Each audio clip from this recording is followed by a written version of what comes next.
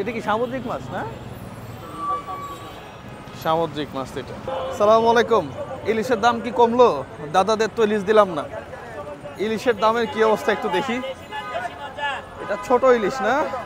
এটা কেজি কত ভাইয়া? 550, এটা 450।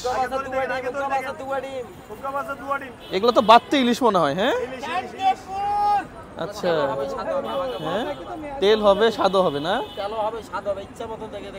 আচ্ছা আচ্ছা, এটা না না দাঁড়ান দাঁড়ান, এটা পেটে ডিমও আছে। হ্যাঁ আচ্ছা, আমরা একটু বড় ইলিশের দামটা একটু দেখি। হ্যাঁ এই কাঁকড়া মানুষ খায় নাকি?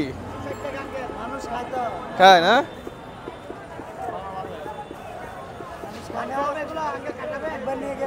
হ্যাঁ সেটাই তো।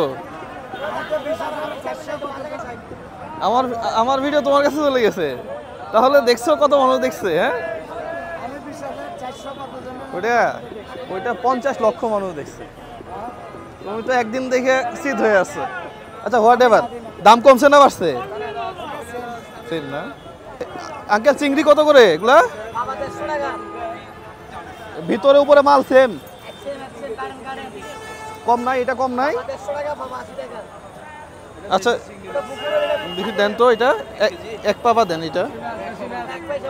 আর ইলিশ কত করে? 1650 কেজি। আচ্ছা 1650 টাকা কেজি। আমি যদি একটু তুলে দেখাই, এই একেবারে ওরে বাবা বিশাল বড়। হ্যাঁ 1650 টাকা কেজি দিচ্ছেন। এটা কতটুকু দিচ্ছেন? আচ্ছা এটা বড় লোক মানুষ খাবে। 1650 টাকায় কিনা সামর্থ্য আমার আছে। কমাই দিবেন না? হ্যাঁ এক ধরে আর জিনিস বেছেনি ভাই, কিছু কম দিবে না? কোনটা? এটা মাল ঠিক আছে নাকি? মাল তো কালো হয়ে গেছে তো। বরফ পরে তো বরফের স্বাদ হয়ে যায়, বুঝছেন না? কানের জন্য সমস্যা নেই, আপনি গ্যারেন্টি দিয়ে নেবেন। খারাপ হলে টাকা ডবল নিয়ে যাবেন, খারাপ হলে আপনার টাকা ফেরত নিয়ে দিয়ে যান। খারাপ হলে টাকা ফেরত? হ্যাঁ টাকা ফেরত। তাহলে 1300 করে দেন। 1300 হবে না? হ্যাঁ পাবো না না।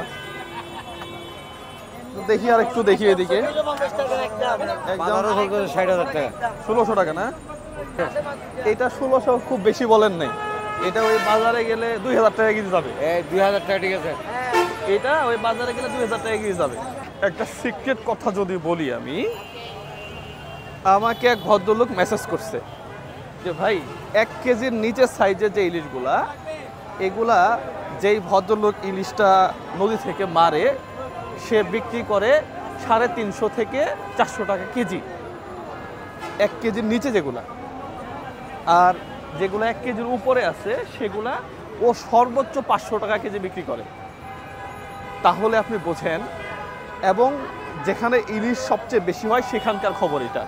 ভিতর থেকে আমাকে একজন SMS করে দিতে যে ভাই ইলিশের দাম তাহলে এত বেশি কেন বাজারে আসলে? তো আমিও প্রশ্ন করলাম যে এত বেশি কেন? তখন ভদ্রলোক আমাকে বলল যে যেই জেলেটা ইলিশ ধরতে যায় ও একটা সিজনে ইলিশ মারার পরে আর ওর কোনো কাজ থাকে না। পাশাপাশি যেই মাছগুলো ও পরবর্তী সিজনে মারে এগুলা দিয়ে ওর সংসার চলে না। তখন ওই জেলে করে কি, মহাজনের কাছ থেকে টাকা ধার নেয়, লোনে সুদে।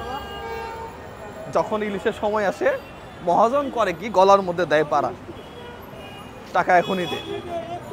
ও তো বাধ্য, ও 1 কেজির ইলিশ কিনে নিয়ে এসে 500 টাকা করে দিতে বাধ্য, 1.5 কেজির ইলিশ নিয়ে এসে 500 টাকা করে দিতে বাধ্য। আর আড়তদার করে কি, ওই যে মহাজন সে এটা মার্কেটে বিক্রি করবে 1200, 1300, 1400 টাকা। হ্যাঁ ইনাদের তো দোষ নাই, ইনারা কয় টাকা লাভ করবে। কিন্তু ওই যে মহাজন যে খেলাটা খেলে ফেললো মাঝখান থেকে, যেই জেলে, ও কিন্তু ঘরের চাল ঠিক করতে পারলো না। এটাই বাস্তবতা। যাই হোক, কত করে এগুলা কেজি কাকা? এটা 1600 না? আর ওইটা 1800। কত বলছেন ভাই? 1600 টাকা কেজি, 1800 টাকা কেজি। এগুলো এক একটা কতটুকু হবে ওজন? 1.5 কেজি না? আর এটা কত করে কেজি? 800। আচ্ছা আচ্ছা, 1 কেজির নিচে না এগুলা?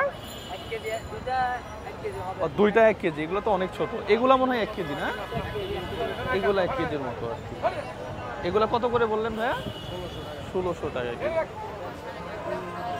আর এইটা কি মাছ? এটা হ্যাঁ, ওরে বাবা, এটা কি সামুদ্রিক মাছ না? সামুদ্রিক মাছ এটা। আর একেবারে ছোট সাইজেরটা কত? 700 টাকা না? আচ্ছা, এইটা আমি একটু দেখাই। এটা হচ্ছে 700 টাকা কেজি। উনি কয় টাকা লাভ করবে? 50 টাকা হয়তো কেজিতে, 100 টাকা। কিন্তু যেই ভদ্রলোক, ওই যে বললাম, যেই জেলে এটা ধরে নিয়ে আসলো, ও কেজি বিক্রি করছে এই সাইজেরটা 200 থেকে 250 টাকা কেজি। আপনার যদি বিশ্বাস না হয় আপনি খোঁজ নিয়ে দেখতে পারেন। তাহলে এই যে আমরা অনেক সময় বলি যে দাদাদেরকে ইলিশ দিলাম না, আমরা দাদাদেরকে ইলিশ দেন আর না দেন, বাংলাদেশের দাম বাড়বেই। আলু যত বেশি উৎপাদন হোক না কেন, আলু সিন্ডিকেট থাকবেই, আলু 50-এর উপরে আপনাকে কিনতে হবে। ডিম যতই উৎপাদন হোক না কেন, বৃষ্টি হইলে ডিমের দাম বাড়বেই। This is reality, this is Bangladesh. তারপরেও আমরা আশা করি যে এই যে পরিবেশটা আগে যারা সিন্ডিকেট একেবারে ধরে রাখতো, এইটার একটা পরিবর্তন আমরা চাই। সত্য কথা বলতে, এই 1800-2000 টাকা কেজি ইলিশ, এটা যদি 1 কেজি ইলিশ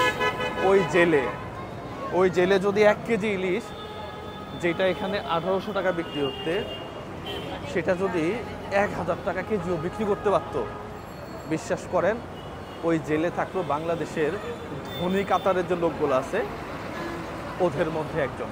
ভাগ্যের নির্মম পরিহাসে ওই সিন্ডিকেট একেবারে জাল বেঁধে রাখছে প্রত্যেকটা জায়গাতে। যাই হোক, আশা করি এই জাল থেকে আমরা বের হয়ে আসবো। সবার জন্য শুভকামনা। আসসালামু আলাইকুম রহমতুল্লাহ।